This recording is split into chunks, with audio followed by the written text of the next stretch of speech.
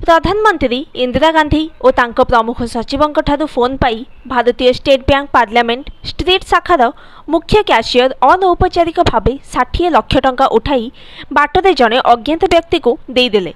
पर जनापड़ा मुख्य कैशियर पाखक प्रधानमंत्री कि तांको प्रमुख सचिव फोन करि नथिले। तेबे अबिकल सेमानंको कंठस्वर रे फोन करिथिला किए। सोमवार सकाळ बैंक रे गहली चहली लगी भी chief cashier Ved Prakash Malhotra cabin रे बसी जड़े ग्राहकों सहित आलाप करथिले। 26 वर्ष तले भारतीय स्टेट बैंक ना इंपीरियल बैंक थिबा समयरू तांको चाकरी आरंभ पदोन्नति पाई पाई एबे से बैंक रो पार्लियामेंट स्ट्रीट शाखार मुख्य कैशियर। किंतु से दिन अर्थात 1971 मसीहा मे 24 तारिख पूर्वाह्न 11:45 रे जीवन आकस्मिक भाव में बदली जिवो बोली तांकर धारणा नथिला। एतिकी बेले तांको डेस्क रे थिबा 3टी टेलीफोन रु गोटिए बाजी